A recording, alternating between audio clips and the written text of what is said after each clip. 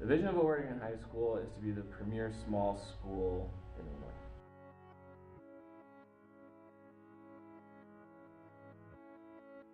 School has fundamentally changed. In the 70s, 80s, and 90s, it was largely a place to go to acquire knowledge. Knowledge was not at fingertips like it is for kids today.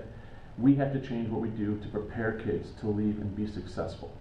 I went to school in the 90s, high school in the 90s, and I guess the main difference would be the change in technology. When I was in high school, technology was, we used Microsoft Word to type, but all of our research, we had to carry home books. The internet was just chat rooms. It was very young. And so I think today's school is a lot more plugged in than I was. I got my first computer when I was a sophomore in high school, and so it was one of the newest ones in the line, and the monitor was about this large, from front to back, and we just thought it was the coolest thing we'd ever seen, and it could do so many things that we just weren't able to do before. And what's different today is students can bring in an iPad or a Kindle or even their cell phone with the little touch screen on it, and it is nothing like what we were using in the 90s. It's not even close. I mean, that's even changed in the last 5 years. Technology is just advancing at such a rapid rate. It's so different from what we had. It seems like technology, since probably about the mid-90s, has been like the use of it has been increasing pretty rapidly, and it can leave teachers who aren't used to using technology a whole lot and incorporating technology in their classrooms outside of movies and things that are pretty normal. It can leave them sort of in the dust. And I think that there's, since I've been teaching, I see that there's a little bit more tension between students using technology and teachers using technology, and how teachers are pretty resistant, including myself, to a degree, as far as like cell phone usage. Can it be a tool in the classroom?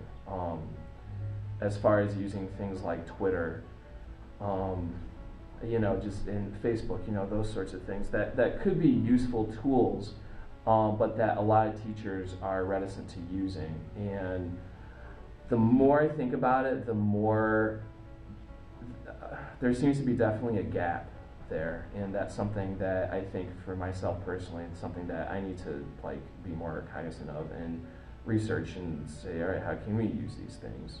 A lot of people don't realize this, but the structure of our high school, this 7-hour day, going to different classes within those 7 hours, dates back to the era of the Model T. So we're basically operating under the structure of this high school is operating basically under a 100-year-old model. What's different is we don't necessarily educate in what I would call an assembly line system in terms of getting people ready once they graduate from high school to go work in a factory in some sort of skilled trade, because those jobs that we were educating for back in the 70s and in the 80s, those jobs aren't there anymore. And in a larger perspective, what our charge is now is to put kids in the best possible place, and that's what we're working toward right now. To put them in the best possible place that when they walk across that stage at their high school graduation, they are ready for what we would call year 13, which is additional training in or advanced degrees. In a lot of the ways, it's sort of the same. We're looking at what happens after high school, and we're trying to prepare them for that. So college prep courses, workforce, tech ed prep courses. I guess the difference is that we're trying to incorporate more of the things they'll see post high school than they would see 15 years ago. Technology, changing job markets, but really, I think it's a lot of business as usual. In some ways, yes, and in some ways, no.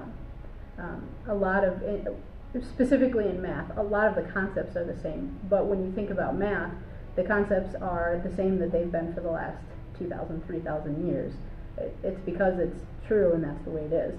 The way we're applying these concepts, that's how it is changing.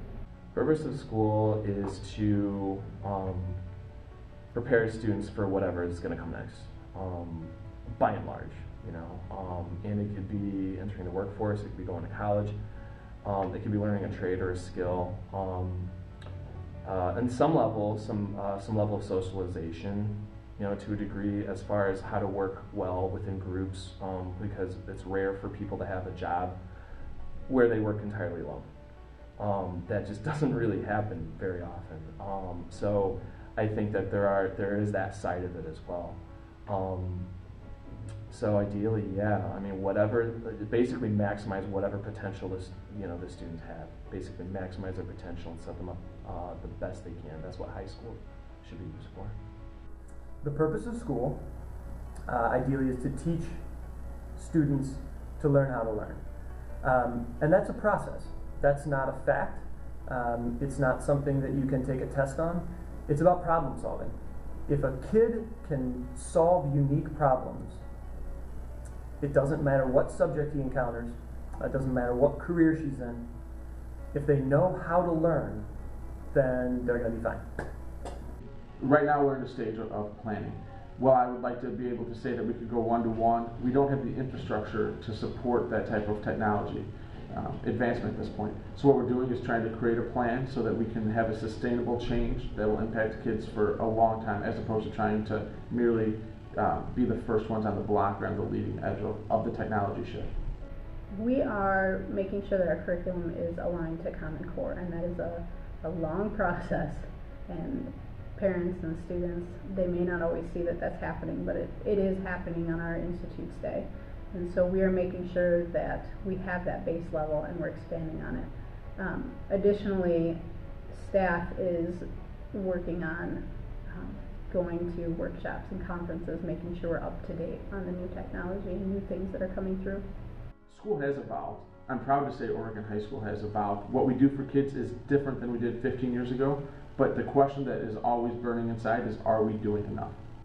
Well, we're really lucky. We have a small school in a small district, and that means that a teacher is free to experiment without having a department of 30 teachers to worry about, or a staff of 400, and 6 administrators to try and work through. So we get to experiment. I think a lot of teachers at OHS and the district at large are exploring. We're searching. We're looking for new methods. We have spent a lot of time since we decided to adopt the Common Core a few years ago in terms of having teachers map out exactly what they were teaching, and then looking at what they were teaching and aligning that to any given skill that could be listed in the Common Core, with the overall belief that teachers are far better off, and more importantly, kids are far better off in terms of going into far more depth than width.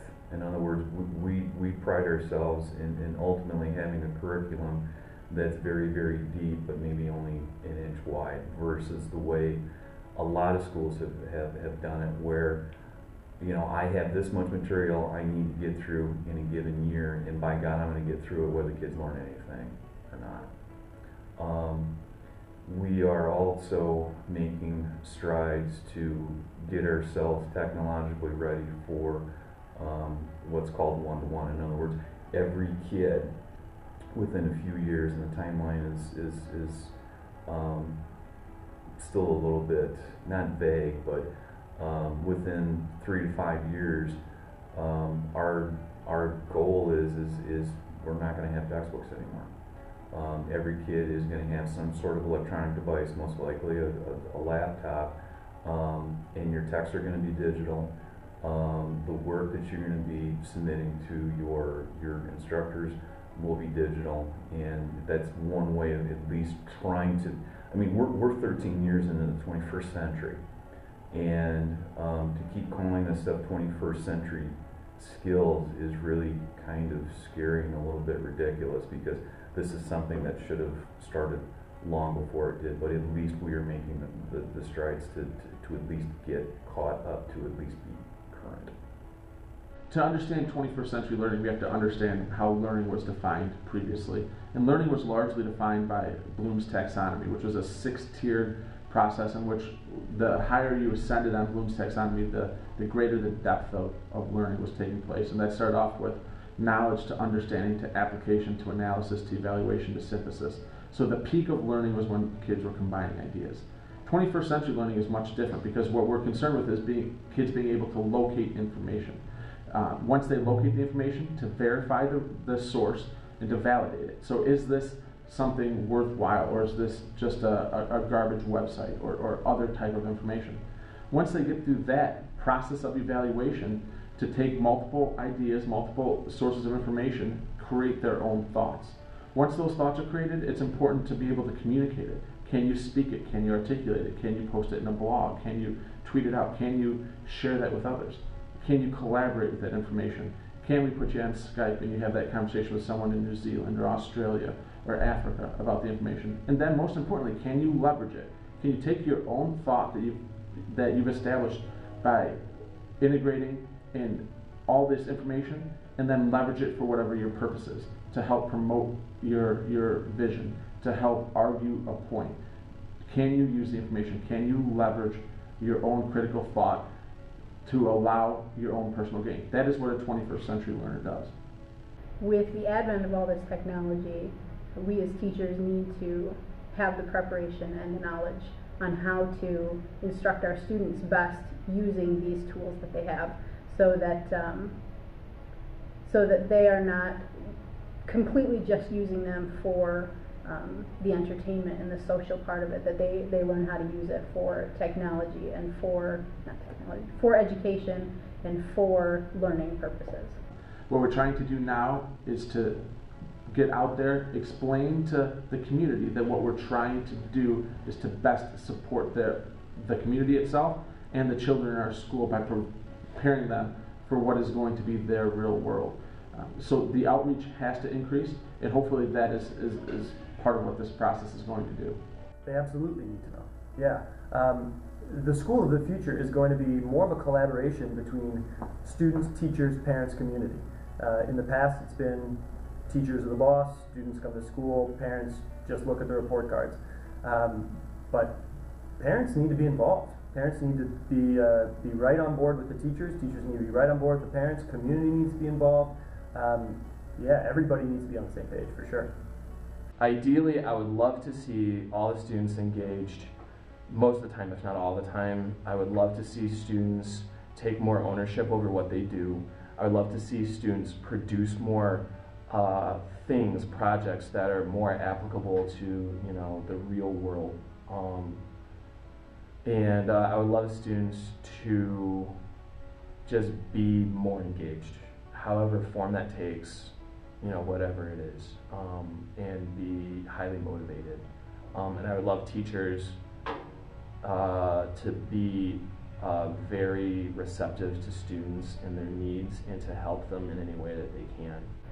School should be, it should be centered around what our students need to learn and what they need for their next steps. So it should be driven on not only what the base level of knowledge is needed for going on to college or going on to a career, but also based on what they're interested in and what they use in their everyday lives. Take everything you've ever known about school, erase it, and then start from scratch. School as you've known it, school as you grew up with it, is an outdated system. The changes that are coming are going to be significant, and if we don't go with them, we're going to be the ones left behind.